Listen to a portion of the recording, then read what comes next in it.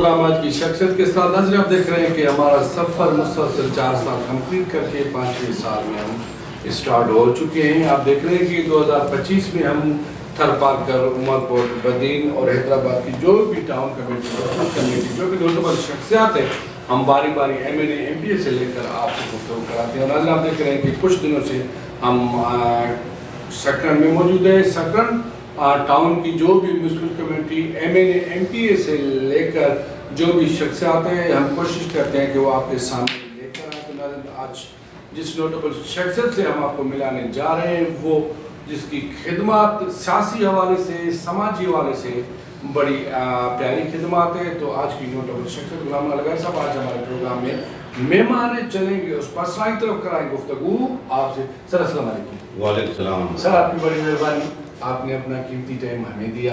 اچھا سر, ہمارے آنے کا مقصد یہی ہوتا ہے کہ اس نوٹیبل شخصیت سے کنیکٹڈ سیاسی سماجی اور خاندانی خدمات کے حوالے سے ہم کوشش کرتے ہیں کہ وہ دنیا کے نقشے پر لے کر آئیں. جو لوگ آپ کو جانتے ہیں یا جاننا چاہتے ہیں یہاں یا ملک سے باہر, آپ کا جو شروع سے لے کر خاندانی پروفائل اور سیاسی پروفائل کیا ہے وہ تھوڑا آپ ہمارے ناظرین کو بتائیں. دیکھیے آپ اپنی رائے پوچھ رہے ہیں یا لے رہے ہیں, اس کے لیے شکریہ. Thank you. گزارش یہ ہے کہ میں ایک ادنا سا پیپلز پارٹی کا ورکر ہوں. صحیح. میری جو جنم پیدائش ہے چھوٹے سے گاؤں میر خان لغاری میں. میر خان لغاری, صحیح. تاریخی گاؤں ہے. تاریخی گاؤں ہے. اس میں اگر آپ اچھا, میر خان آپ کے دادا کا نام تھا یا پردادا کا؟ پردادا تھے. بڑے میرے پہ جو نام ہے غلام شاہ, ہاں ہاں, اس کے بھی مجھ پہ بھی ابھی جو نام ہے غلام شاہ, مجھے بھی اکثر اپنے گاؤں والے یا ادھر بھی جو پہچانتے ہیں دادا کے نام سے پہچانتے ہیں. دادا کے نام سے, صحیح. کیونکہ میر خان جو تھا وہ بڑا تھا, جو آیا تھا اپنا ہجرت کر کے, صحیح, چوٹی زرین سے اپنا بالکل جہاں سے بھی آتا ہوا اس نے جو گاؤں بنایا. پھر اس کا بیٹا تھا یکچار, جس کی دیہ جو ہے ہماری جو زمینیں ہیں اس دیہ کا نام بھی یکچار فقیر ہے. اور قبرستان بھی جو ہمارا ادھر ہے اس کا بھی یکچار فقیر کے نام سے منسوب ہے. صحیح. اور جو ایک صوفی شاعر بڑے حمل فقیر, بالکل صحیح, وہ بھی ان کے علاقے کے اور ان کے ساتھ رہے اور ان کے ساتھ ہجرت کر کے آئے تھے. صحیح, زبردست. جس کا بھی بڑا تاریخ میں اس کا حوالہ ہے. بالکل صحیح. تو میں اسی خاندان کا فرد ہوں, چھوٹا سا. پھر ہمارے جو والدین تھے ان کا کافی تر جو اپنی زمینوں سے زمینداری پیشہ یا آباد گار ان سے منسلک تھے. ہمیں شوق ہوا سیاست میں شہید ذوالفقار علی بھٹو کی وہ جو تھے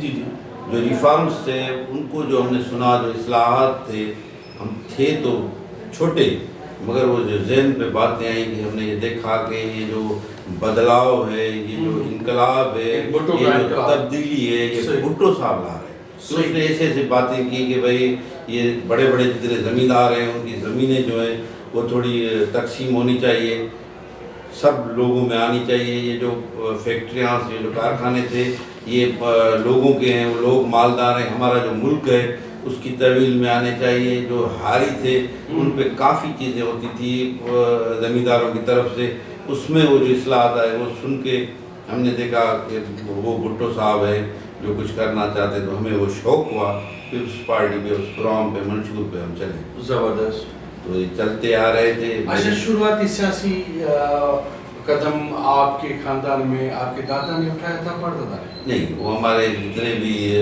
بڑے تھے وہ بڑے لوگوں کے احترام کرتے تھے, ان سے تعلق رہا ہے, لیکن سیاسی شروعات نہیں. اور ہماری احمد شریف تھی جو ایک ہمارا بڑا تو تھا, جو جیسے میر خان لغاری نے تو گاؤں باندھا تھا, پر ایک ہمارا اس میں آتا رہا جاگیردار جو لاسٹ میں فائنل ہوا فتح محمد. وہ ان کی لیول بھی اس طرح کی تھی کہ وہ آپ دیکھیں گے سائیں جیمز سید کا کتاب جنم جن سے گزارو, اس میں بھی ہمارے خاندان کا حوالہ ہے. زبردست. اور جو ادھر ہمارے رئیس فتح محمد تھے, ہمارے ابھی جو MNA صاحب ہے سید غلام مصطفیٰ شاہ, اس کے دادا تھے